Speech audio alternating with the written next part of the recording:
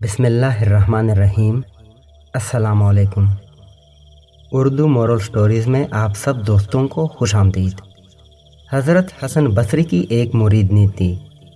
اس کا ایک بیٹا تھا جو بہت سرکش تھا۔ دنیا میں ایسا کوئی گناہ نہیں تھا جو اس نے نہ کیا ہو۔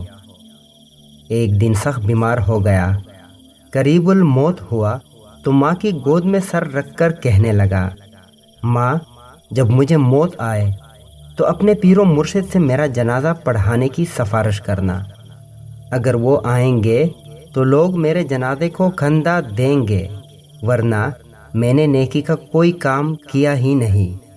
جب طبیعت بگڑنے لگی تو ماں حضرت حسن کے پاس گئی کہ حضرت، میرا بیٹا موت و حیات کی کشمکش میں ہے، اس نے آپ سے جنازہ پڑھانے کی سفارش کی ہے۔ حضرت نے کہا کہ محترمہ، آپ کے بیٹے کو میں نے کبھی سجدہ کرتے نہیں دیکھا، تو میں کیسے جنازہ پڑھاؤں؟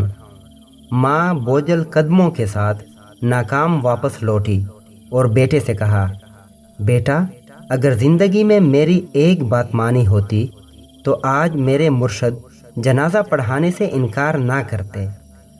بیٹا حسرت بھری آنکھوں سے ماں کی بے چینی کو دیکھتا رہا۔ وہ رونے لگا اور ماں سے بولا، جب مجھے موت آئے تو میرے پاؤں کو رسی سے باندھ کر سارے شہر میں گھسیٹنا اور یہ آواز لگانا کہ جو اللہ کی نافرمانی کرتا ہے، جو اس کا حکم نہیں مانتا، اس کا یہی حشر ہوگا۔ اور ماں، پھر مجھے دفنانا نہیں، مجھے اس شہر کی سب سے گندی جگہ پھینکنا، تاکہ لوگ مجھ سے عبرت پکڑیں۔ اس حالت میں اس لڑکے کو موت آئی اور روح پرواز کر گئی۔ وفات کے چند لمحوں کے بعد دروازے پر دستک ہوئی۔ ماں نے دروازہ کھولا تو دیکھا حضرت حسن کھڑے تھے۔ کہنے لگے، میں جنازہ پڑھانے آیا ہوں۔ ماں بولی، حضرت، میرا بیٹا فوت ہو گیا، یہ صرف میں اور اللہ جانتا ہے، آپ کو کیسے پتہ چلا؟ حضرت فرمانے لگے، جب آپ واپس آئیں تو میں کیلولا کر رہا تھا، میری آنکھ لگی اور نیند میں آواز آئی کہ آپ نے اللہ کے ایک دوست کا جنازہ پڑھانے سے انکار کیسے کیا؟